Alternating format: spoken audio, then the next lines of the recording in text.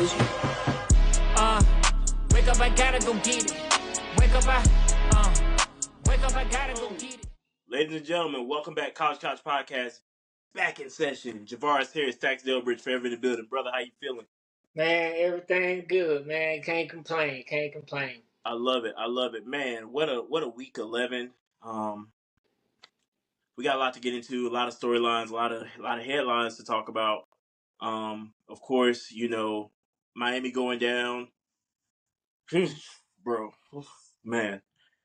But that's so funny because, bro, we got to start off with Georgia Tech Miami because they literally lost last season to Georgia Tech, but to lose in the fashion that they lost to, not only on the road at Georgia Tech, but dude, it was just like Miami could not get anything going. As far as, again, that defense has been struggling all season, and I want to say they let up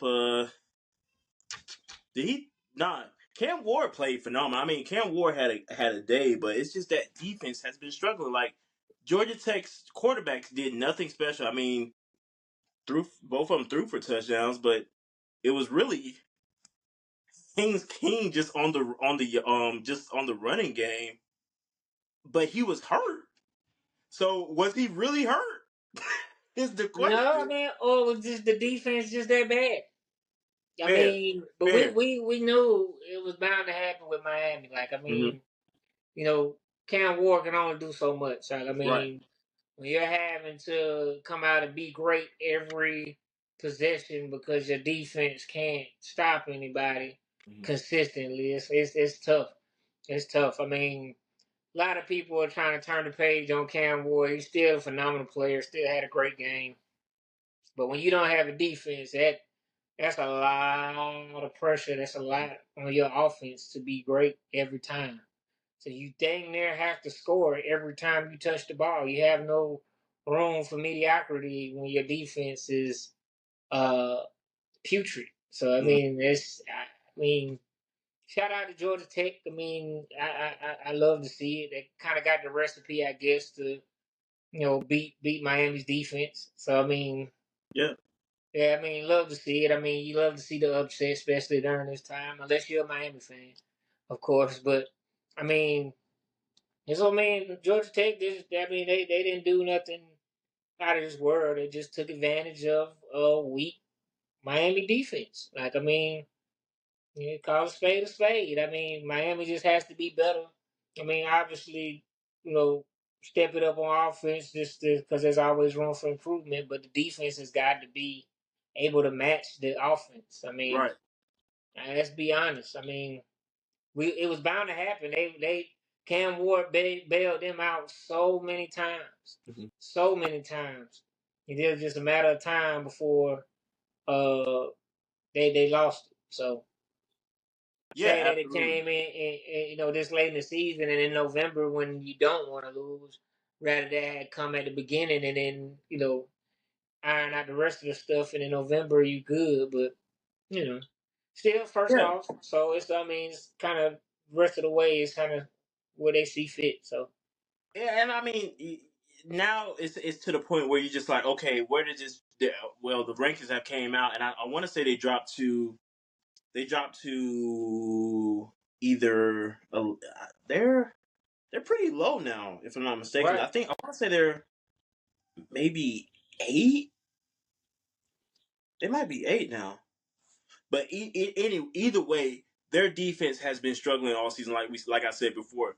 But this is nothing new. We're already in week 12, and they're right, still having the same issues going on, and that's a problem. I mean, it you can't be that you can't have that special of an offense, and then your defense comes out there and lets up that many points a game. Like I think about the game versus Duke. Like they literally let Duke come back into that game and almost win because of just how that defense played, and it exactly, was putrid. It was right, putrid. So I got my rankings up. So Miami is now number 9 with that loss, and of course we're going by the college football playoff rankings at this point because that's what's now relevant. The AP is right, not that relevant anymore, as well as the um nobody looks at coaches polls. So yeah, the college football rankings is what everybody's watching now. So yeah, they got of course everybody has what 2 or 3 more games left before the season ends. So definitely have to win out at this point Yeah, in I order mean, to you went stay. out. See, they control their own destiny. They went Yeah. out. They make the ACC championship no problem. Yeah. You know, now you have to go against a pretty solid Clemson team who's found new life. So, you know, but if you win that, you know, you kind of punch your ticket to make some shape. But Yeah. at the end of the day, you're going to have to iron out that defense. Even if you do then win out, you still have to iron out that defense because playoffs is a whole nother monster, even with the 12 team. I mean, we haven't seen it yet, but I know it's going to be crucial. Just look at how the season's been. So, Yeah. yeah, I mean, and for Tech, I mean, they just playing for pride at this point. You know what I'm saying? Uh, but you know, it's always good to see the underdog get a dub. So, yeah, Yeah. I agree. I agree wholeheartedly. So yeah, man, just an all around great game on the ground for Georgia Tech. Haynes King with 93 yards, 1 touchdown. Jamal Haynes with 83 yards and 1 touchdown. And I mean, they again did not have to do much this game to kind of take over and win. Um, yeah, man, just pretty much cut and dry for Georgia Tech, but a great win at home for them to in order to go back years beat Miami. So yeah, let's go ahead and head over to this Colorado Texas Tech game, bro. What a game! What a man, game! yeah, beautiful game. Love Yeah. the game.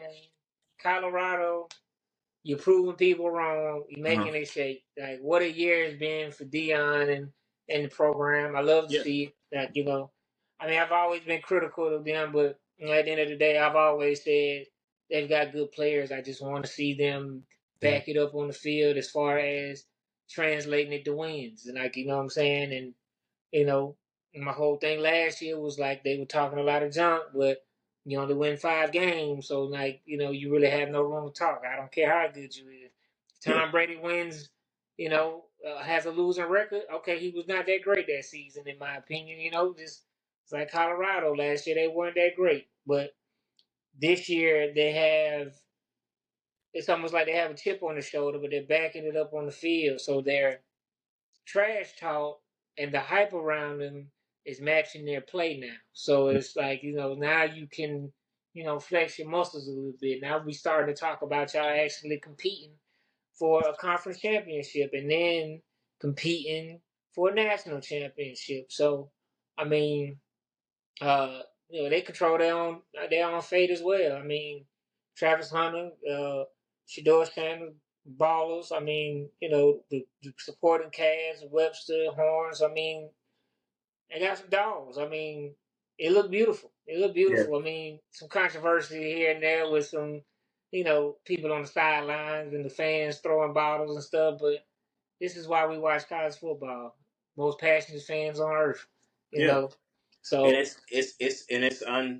it's unmatched. And I mean, the way that they've just snuck into the top 25, just that I think this is really what has been marveling to watch from Colorado. They've been focused, like they've really locked in this season, and really have set their eyes on the prize of making it into that, not only the top 25 but the playoff picture. So they're only 5 spots down, sitting at 17, and they could very well end up making it into the top 12 if they just again if they just win out and keep that same focus, because everybody that I've talked to, they're like, man, the most surprising team has really been Kentucky, to just from the turnaround that they've had from last year to this year, and just really keeping their eyes on that prize of proving everybody wrong, and um, just staying the course. But I will say we definitely have dogged Colorado out on this podcast, and I mean rightfully so, because of just the poor play they had, and then the off field issues and stuff like that that they had going on, and well, not really off the field, but on the field, just they just weren't disciplined. And I mean, now that you're seeing a revamped team who's hungry, and it's been exciting to watch. I would definitely give credit where it's due, and say Colorado has definitely proven me wrong, And I hope that they do go far this season as far as making it into that top 12 and try to make some shake as far as in the playoff picture and get a win. So Right, and I think that that would be good for the playoffs, just mhm. because of wherever Dion goes, there's always going to be some big energy. Yeah, You know what I'm saying? And same with his sons. Like I mean, and Travis Hunter is a big personality. Like, you want that energy surrounding the playoffs. mhm. Like I mean, more other people might say that they don't deserve it, but I mean, the proof is in the pudding. You right there competing for your conference championship. So I Yeah, mean, this will be the real test for them if they win their conference championship.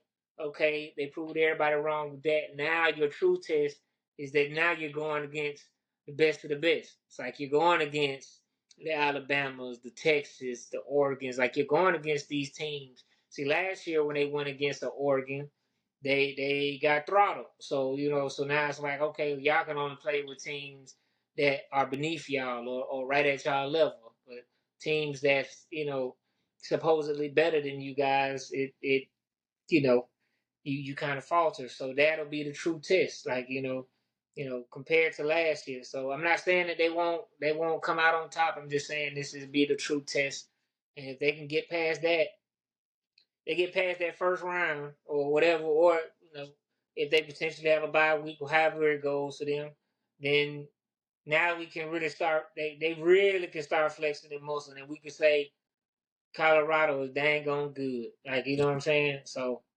and then shout out to Texas Tech for daggone staying in the fight and yeah, throughout all of that. I mean, that's a hard game to play when you got exactly. more spotlight on you than you normally would because of the team you're facing. So, This game was, when I say so close, that this game ended literally with a fumble recovery in the end zone. Like they had Tech got the ball back and had to literally drop the ball downfield from, I want to say, their 3 or their 2. Literally, they were in their own end zone. So Colorado's defense just stepped up when it mattered, and that was literally in crunch right, time.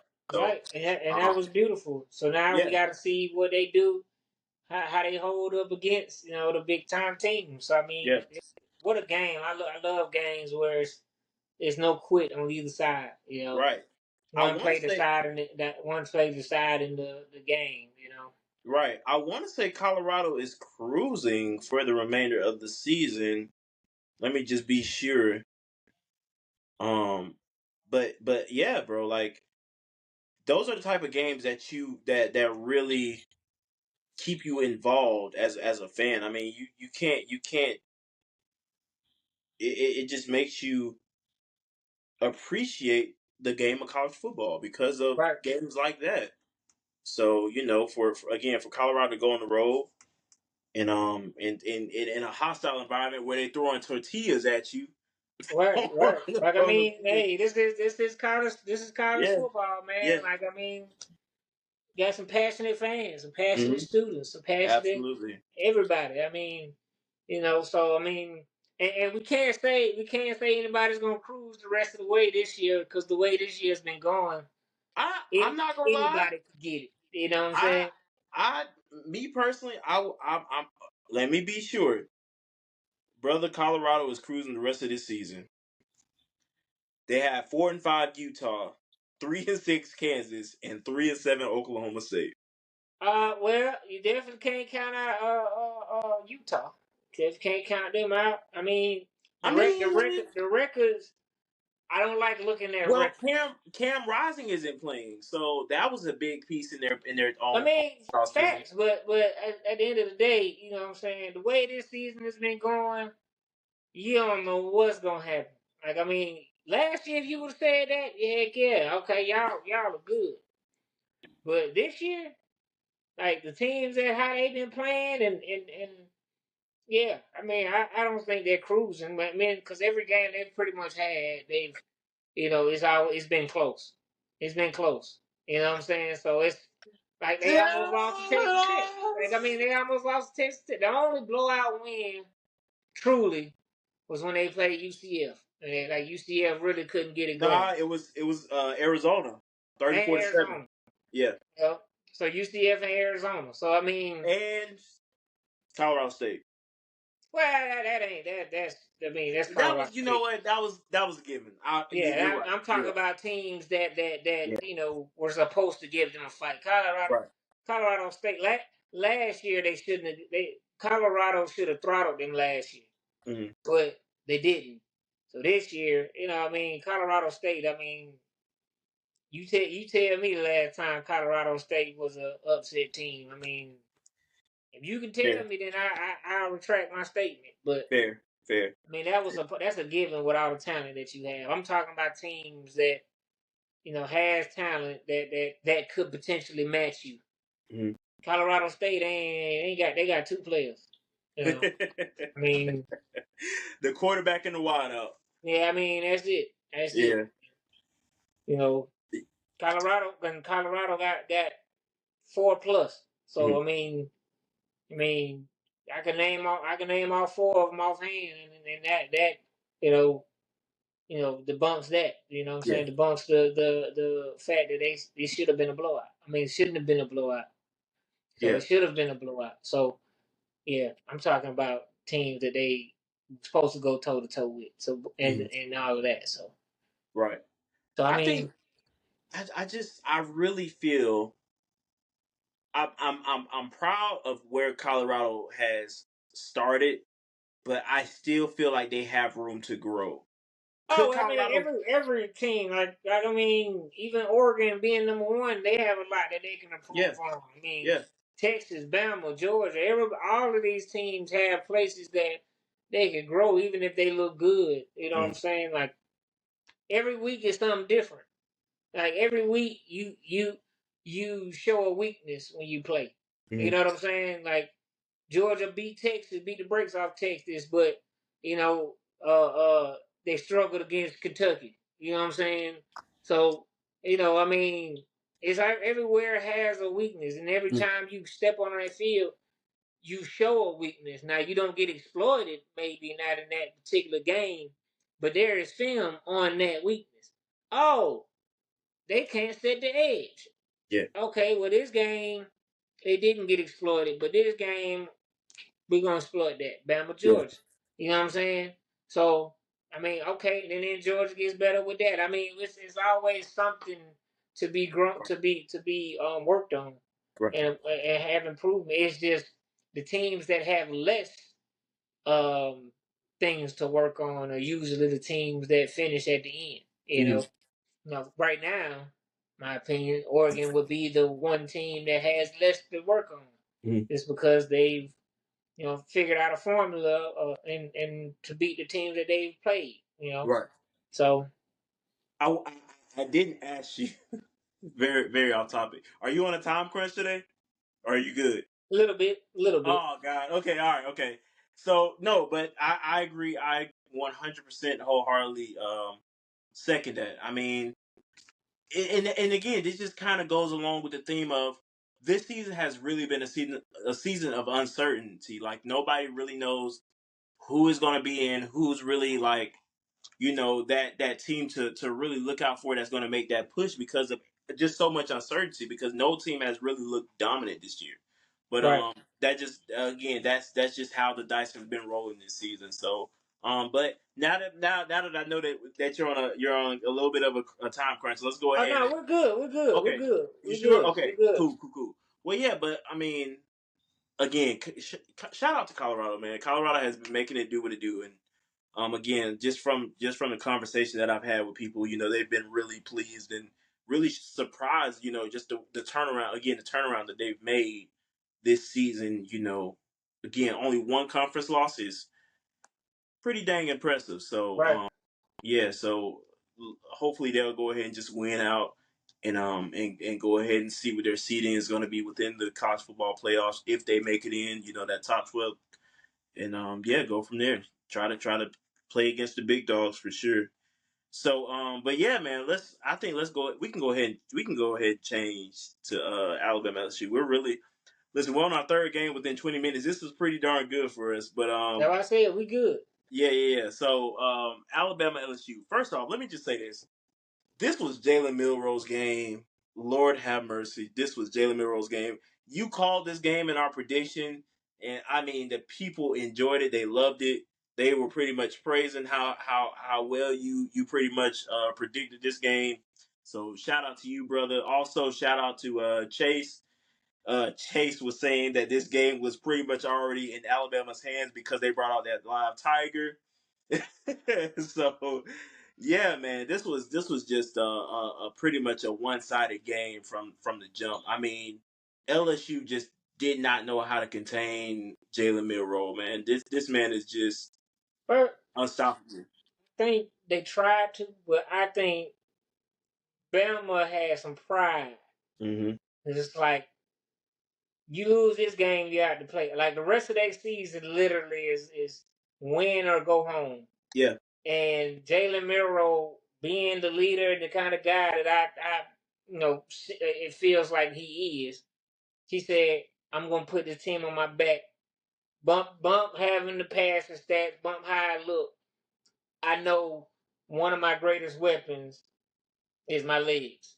Mm-hmm. And kudos to the coaches for saying, "Hey, we're gonna put this on your shoulders, carry us to the promised land."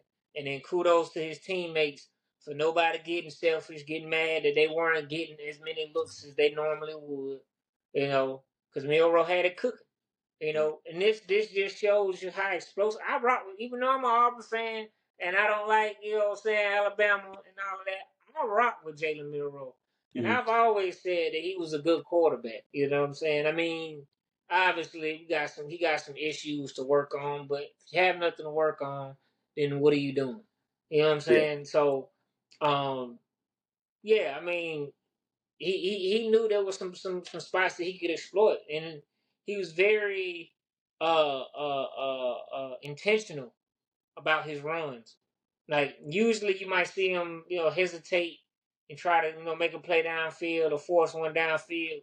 Saturday, Nope. I'm running this pill. I'm toting this pill, and we gonna go to the promised land.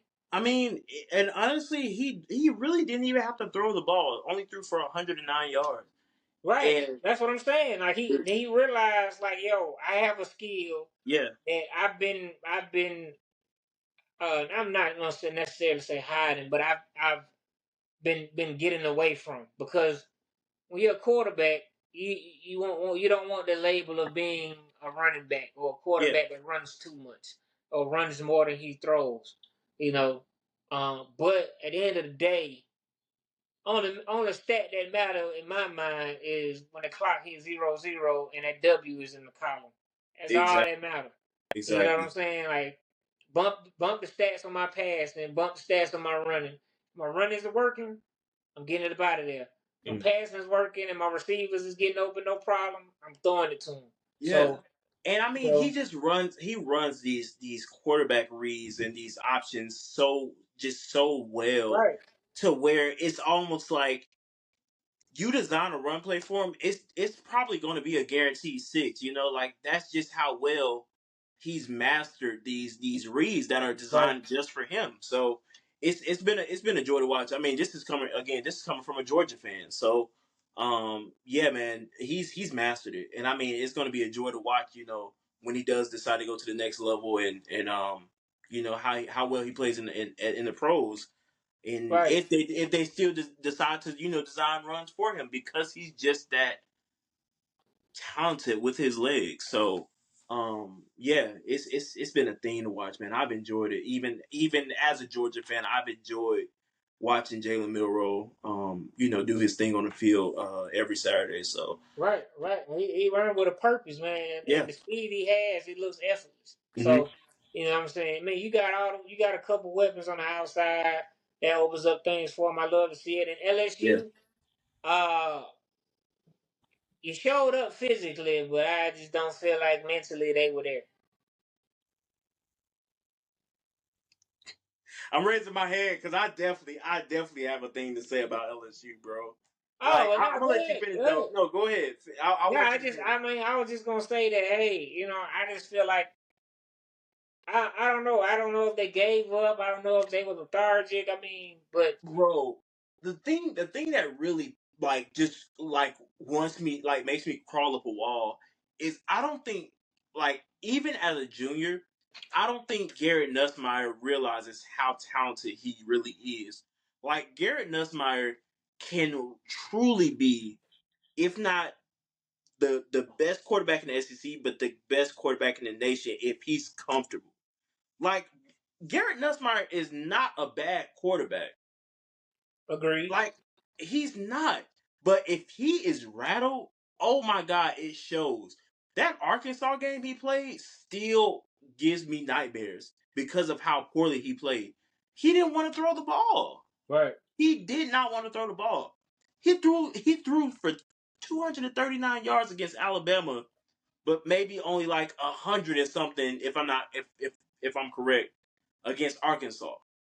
Two totally different defenses. And I know you've talked about how Arkansas's defense is, and I know that'll probably be another conversation for another day, but Yeah, I mean, Alabama's go ahead, go ahead. I'm saying Alabama's defense is a little bit better than Arkansas's, and you threw for 200 plus yards against Alabama's defense. So see the difference there is, I think the schemes. Mm-hmm. What you know what I'm saying? Like, I mean, Alabama was hurt in the Yeah. secondary.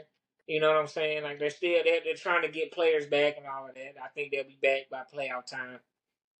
But we saw it time and time again with where offenses kind of carve up Bama's defense. Mm-hmm. I mean, the secondary is inconsistent. You know, so like even in the Georgia game, I mean, first half they were cooking. Second half they got exposed. Carson Beck threw for like over 300 yards, and most of it came in the second half. So I mean, that's the difference there. Now you ain't gonna run too much on Bama defense because they front linemen beast, Right. linebackers beast, but their secondary suspect. You Yeah. know what I'm saying? So now don't get me wrong, they can make plays here and there. You know, I mean, they got smart cornerbacks, but they're hurt. I mean, they're not at 100% yet. If I'm, um if my research is correct, Mm-hmm. that they're still trying to get some people back. They're really thin at cornerback. Mm-hmm. But still, I mean, yeah, I mean, 200 something yards. I mean, yeah, And I I mean mean, that. I'm sorry for cutting you off again. I wanted to add this. So 233 against Arkansas, but not a passing touchdown. But he started off slow in that first half, and then it was maybe towards the end of the third, maybe top of the fourth, when he really got over that 200-yard mark. So every game he's played, he's thrown over 200 yards this season. Right. I mean, that's good. I mean, Yeah. but I mean, first half. I mean, you think about it. Most games, first half, you kind of filling out the other team. Mm-hmm. If you score, you score. You try to set the tone early, whatever. Most of the times, you're not Right. being too aggressive unless you see something. You know what I'm saying? So I mean, first half stats they matter, but it's like most of the time you have like you got 150 yards in the first half. You doing something right. You know Right. what I'm saying? So second half is when you really let loose because you kind of see what they're doing and you see the adjustments because it's hard to make adjustments on the fly in football. Like Mm-hmm. you're gonna have a game plan. You're gonna stick to it. Come halftime, you're gonna have your adjustments that you need to make. You come out second half, and that's the game plan. Now, you know what I'm saying? Some coaches can and teams can kind of do that on the fly. It's just hard. But Mm-hmm. but I mean for that game, for the LSU Bama game, I think he got off like that because I mean, game was pretty much won after, I ain't gonna say won completely, but you got all the momentum. Bama had all the momentum going into the half. Like I mean, and then coming out the half, I mean, they stuck to their game plan. I didn't see where they switched up at all. Let Jalen Monroe cook. I mean, he's the fastest man. He's the man that touched the ball the second most times in the game. You know what I'm saying? You don't have to turn around and hand it off. You ain't got to throw it. Let the man go. So I Yeah. mean, they didn't really change much. And then defensively, I mean, I didn't see where they changed a whole lot. So I mean, you got off like that because I mean, you got the game pretty much won. I Yeah. mean, I didn't see where it was a dip in Bama's production in that game, and I definitely saw where it wasn't really a incline for LSU. It's like a small bump, but after that, it was just like we're probably gonna lose this game anyway, or whatever. I don't know, but Bama came with it. Bama came like they were like they were trying to make playoffs. LSU Yeah, came like we just here, whatever. We win, we win. We lose, we lose. But and it showed. So yeah. Bama pretty much controls their own destiny. I mean, the rest of the schedule is in their favor. But you know, again, you still have the game at the end of the season for them that you never know how it's gonna go. So I mean, we'll see. But they pretty much control their own destiny. I mean, the only team I see giving them trouble possibly, but the way we played this year, it's probably not gonna be happen like that. But that Mm, will be Auburn only because of the impact of that game. And mm. DeBoer hasn't played in the Iron Bowl, or I mean, coached in the Iron Bowl, and so that would Yeah. be the only reason I would say that they could get upset, just because I don't know what it is about that game, but we couldn't be not competing for nothing. Like I mean, we could be just bowl eligible. That's it.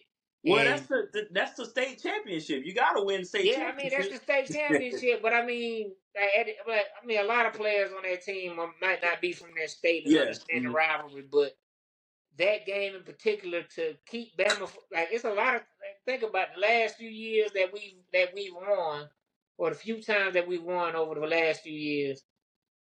We haven't had playoff implications or SEC implications or aspirations. It was solely that Bama did not go to the SEC championship or compete for a national championship or just the SEC championship. I've had Georgia fans thank me for us beating Bama. You know what I'm Right. saying, to help boost them. So Yeah. that game, you never know what you're gonna get. You know what I'm saying? So Well, yeah, and I mean there have been years where you guys have helped out a lot of teams by upsetting them, and so right. it definitely comes it's definitely doesn't go unnoticed. I'll say that because it is Oh, for definitely sure, appreciated. for sure. It's I know it don't appreciated. go unnoticed. I know it don't. I mean, I Yeah, can always tell people, do I want to make a playoff game and I want yeah, to compete? Yeah. But if I could beat one out of these two teams, with being Georgia, Alabama, I am okay. That is a right, successful season. Because I might not be able to talk junk because we ain't won a championship in a long time. But I can talk junk and say we beat these teams. So right. that's, what I'm saying, for me, that's a championship for me. But, Mhm. that's the only team I see giving Bama fits. And LSU, they kind of done as far as playoff Yeah, fixing. their season is over. Unfortunately, it's been a tough run. It seems like literally just last week I was talking with an insider, and just trying to figure out where the identity was with this LSU team, and now the season's coming to an end, and their playoff hopes are also at an end as well, and hopefully next season they bounce back and get it together, or Brian Kelly might. I think Brian Kelly is on the hot seat to be quite honest with you, but yeah, man. Shout out to LSU. I'm not opposed to LSU, but you want to go ahead and get to this last game? It seemed like you were struggling to get that out. You want me to talk about your boys first, or you want to go No, ahead and I can do it. But it's probably going. I'm gonna take up a little time because I have a lot to get out, okay? and So I'm gonna let you go because this is your yeah, team. I'm gonna let you. I have quite a bit to get out because I have never been so embarrassed to be a UGA fan in my life, and I've been a UGA fan for quite a while, maybe on over what 15 years or so. No, yeah, I It's mean, you became a Georgia fan. You was like 6 or 7. yeah, so well over 15 years. So this past week against Ole Miss was probably, if not the worst play I've seen this season, but the worst play I've seen again in a while. Like there was no effort. There was just no type of um no type of urgency, no type of fire whatsoever. Mind you, we're on the road, and I want to go back to maybe a few weeks ago, well over a month, when we played Kentucky and we won by 1 point on the road against Kentucky. And I got on this podcast in front of this camera that I'm recording on right now, and I told y'all we still have to play an Alabama team, we still have to play a Texas team, and we still have to play an Ole Miss team. I told y'all those 3 games are going to be the toughest games on our schedule. Mind you, just after winning on the road by 1 point to Kentucky, and people were on there saying, "Oh, well, a win is a win." Like, this is what I'm talking about. Like, we literally just went to Oxford. It got demolished. And I said it. I literally said it. I said, we are going to have to step up later on in the season because we're going to have to go through a treacherous away schedule that is going to be like no other team has had to face. We went 2-2, big whoop, but you can't lose a game like this if you want hopes of making it into the playoff picture. And now I'm getting the argument. Well, we're still better than the top half of the teams. It doesn't matter. We have to worry about what we have going on. Like, I don't think y'all. It's the delusional fans that really drive me up a wall because we're so complacent and arrogant after these 2 national championships that we won that we fail to realize we used to be in the same position as a lot of these other fan bases before they won their championships. We have to get back to the basics here. Like, I'm going to be straight up honest with you. I don't think we deserve to play in the playoff picture this year. Be quite honest with you, we've had more productivity off the field than we've had on it. And I'm gonna be honest with you, you know where I'm going at it with that. So it's just been too much going on this season, and our focus has been in too many other places. No leadership on this team. No leadership whatsoever is on this 2024-25 team. Yeah, I And if haven't you and haven't if you argue with me saying there is, brother, you might need to take a long look in the mirror and tell yourself there isn't, because there is no leadership on this team. And it starts with our head coach. I'm going to be frank. I'm going to be quite honest with you. It starts at the top. And if my coach calls me an idiot, yeah, but yeah. doesn't call Buddy over here who has 2 speeding tickets and his face is plastered all over Athens, Clark County, and just lets it roll off the back of his shoulder or the back of his back, I can't respect it. I can't respect it as a coach, as a leader of a team, as the face of the team, as the highest paid employee in the state of Georgia. I can't respect it. I can't. So I'm embarrassed as a fan right now. I'm genuinely hurt. I'm embarrassed. I genuinely don't even know how this season is going to play out, honestly. Of course, we have to win out, but we still have to play Tennessee this upcoming weekend. Yeah, But yeah, I'm embarrassed, bro. Like, I'm genuinely embarrassed as a fan because of just people forgetting. Like, we used to be nothing. Like, we used to be terrible. And I'm going to be, and I want to add this as well before I turn it over to you. I'm going to be honest when I say this. I've been very displeased with the way Carson Beck has been playing. I am 100% on board, and I understand what you guys are saying with this. But please help me understand, what in the world is Jalen Rashada or Gunnar Stockton going to do that Carson Beck hasn't done already this season? Why would I put my second or third string in the most important game of the season, a game that literally determines if we are in or out, to start? The last time Gunnar Stockton played was early in this season against Tennessee Tech. Jalen Rashada hasn't even played an SEC game yet. This man transferred from Arizona State. You think he's ready for an SEC matchup? The biggest matchup of the season? Get out of here. No. Carson Beck puts us in the best position to win. Carson Beck will be starting this game.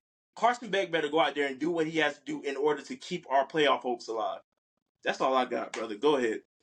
Yeah, I mean, you kind of hit the nail on the head, man. I was gonna say I just feel like the leadership hasn't been there. Like both of your championships, both of Georgia's championship, there was leadership on both sides of the ball where I saw it. Whether it being Stetson, whether it being on the linebackers, the Kobe Dean, or whoever it was, there was leadership.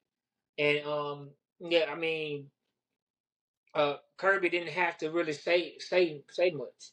You know what I'm saying? Because leadership was on the field. You know what I'm saying? Like I mean, you have to have those point guards, so to speak, on your team to help run smoothly. That knows where everybody needs to be. That calls people out when they're not where they're supposed to be. That congratulates them when they make a play after they done chewed them out. You know what I'm saying? To set the standard. Like here we work hard. Here everything, nothing is given. Like this is the SEC. Like it's a reason why, you know what I'm saying, jokers knock each other out and we still have teams ranked because it's good football being played out here. So my biggest thing is I think Carson Beck is in his head too much. Granted, your offensive line is banged up a lot. This is the first time I've seen Georgia's offensive line not be dominant.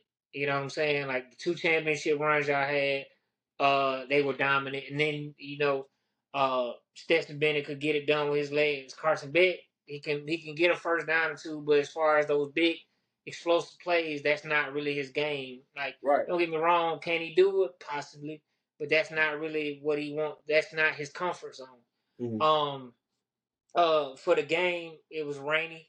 He was on the road. Ole Miss is not a quiet place to play at. And then you were going against one of the best defensive lines in the country. Yeah. You know, argue with me all you want to. That's one of the best lines in the country. Um, uh, and it showed. And it showed. I mean, uh, from the offensive play calling, um, to the execution on the field, it just seemed like the energy was gone from Georgia. And then that kind of leads me to my point of, has Kirby lost the locker room? Because I mean, when your coach calls you an idiot, calls a player an idiot. I mean, although he doesn't start and all of that type of stuff, still, you call a player idiot on TV in a press conference. That's kind of, you know what I'm saying? Like, it's kind of messed up. Like, for my coach to call me that on TV in front of all these cameras and stuff, like, I mean, yeah, that's not. I mean, don't get me wrong. I wouldn't have been celebrating regardless if that was my boy.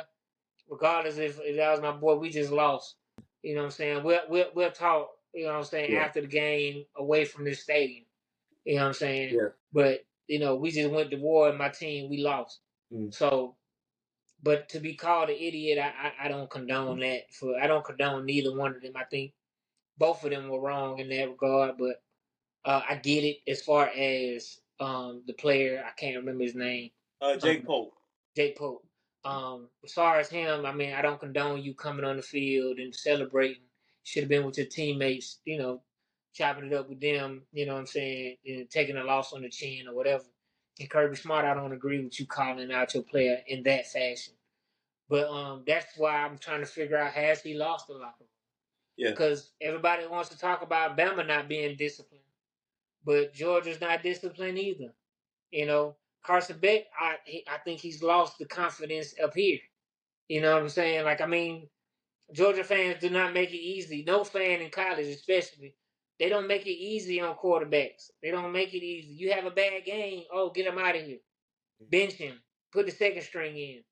You know what I'm saying? And at the end of the day, we're not in practice with these players. We don't see what the coaches see. And you have to take an accountability. These two backups that you have not been in that environment before. They ain't had that pressure like that. They haven't, like, that is a whole, like, say what you want to, but we are talking from the stands. We are talking from behind TV screens. These players are literally in the middle of it. All eyes on them, like a Tupac song. You know what I'm saying? Like, this is not for the weak. Yeah. Like that's why everybody's not a quarterback because you have to have it up here. Once you lose the mentality and the mindset to be disciplined and everything like that, and to block out all that noise, I don't care what kind of athlete you are. You can have the arm of God and the legs of Jesus. It don't matter if you ain't got it up here. It's not gonna translate because once they blitz you and they get in your face, you're gonna get rattled. And that's what he did toward the end of the game. He fumbled twice. And that's what happened. Like they got in his head, the crowd was loud. You know what I'm saying? They were already losing. It was raining. Everything was stacked against them. Yeah. And kudos to Ole Miss for capitalizing on that. You know what I'm saying? I mean, but I said at the beginning of the season, I was like, I don't think Georgia is the team that we've been accustomed to seeing the last few years. Don't get me wrong, the Georgia football team is good as a whole, but the elite Georgia offense and defense that we've seen the past few years, we've not seen that this year. Even in the Texas game, we saw glimpses of the defense being solid like they once were, but they still weren't as solid as they once were. And the offense sputtered. Like, so against Tennessee, I mean, yeah, they have things working in their favor. I believe it's a home game for Georgia, if I'm not It mistaken. is. Home game for Georgia, so that's in your favor. Uh, Texas. I mean, Tennessee. Also, Dico Iamaliava is questionable. That's also in a favor. Right, But I was about to. That's yeah, why that was my next point. Like yeah, he might not be playing. If he plays and he's healthy, uh, that's good for Tennessee. But is he healthy enough? right, Because I mean, right. as a player, as a player, you want to play in that big game because that's a big game for both teams. Because if Tennessee beats Georgia, they pretty much punch their ticket. You know what I'm saying, to the SEC championship.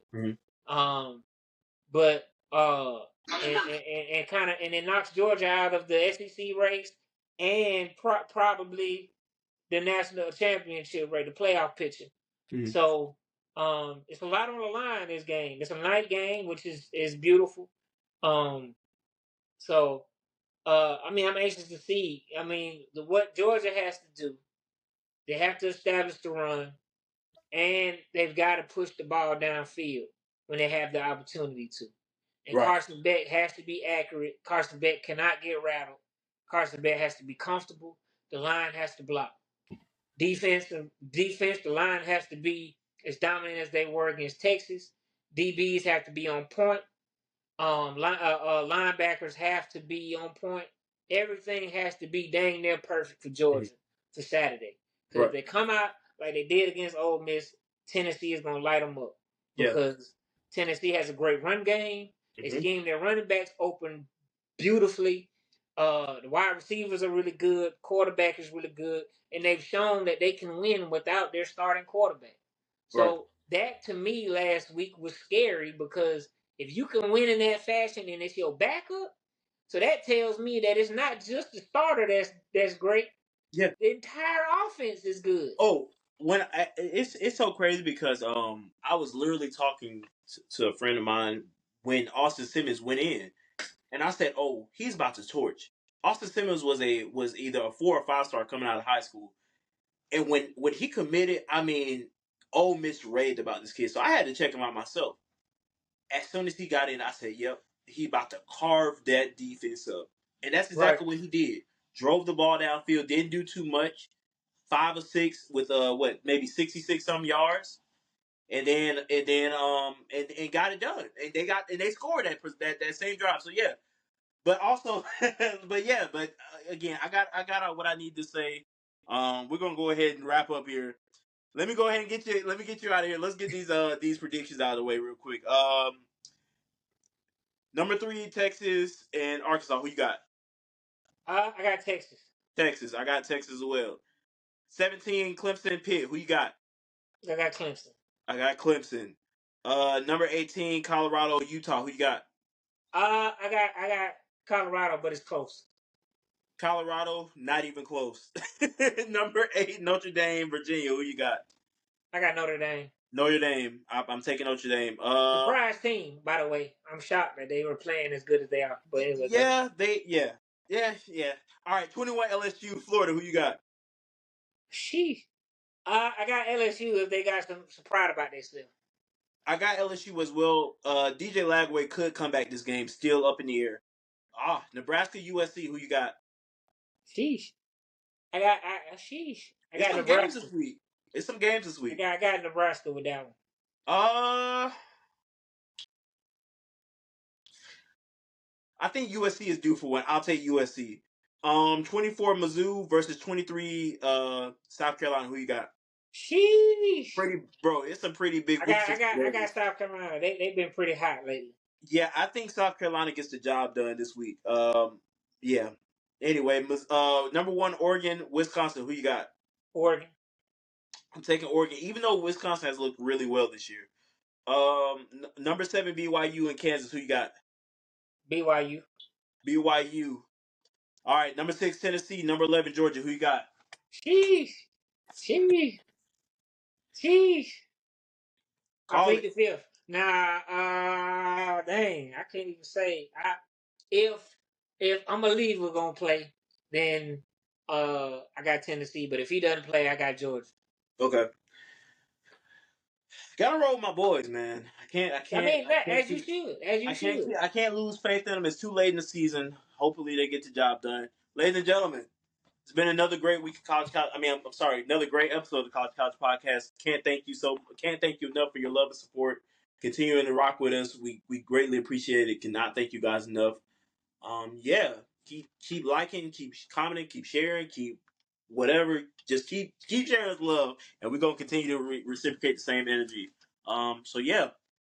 Thanks. Take us home, my brother, quick, because I know Hey you gotta man, we go. love y'all. We appreciate y'all, man. Thank y'all for tuning into the College Couch Podcast, That's the man. We second love week. y'all. We appreciate everything. Y'all keep on subscribing, sharing, commenting. Let us know if you got any players or athletes that need coverage. They doing their thing, but they ain't getting the shine that they do. So let us know. DM me or DM Javaris, DM the College Couch Podcast page. We respond. So let us know. But hey, we appreciate it, but we got bills to pay. Love y'all. Wake up, I gotta go get it. Wake up, I gotta go.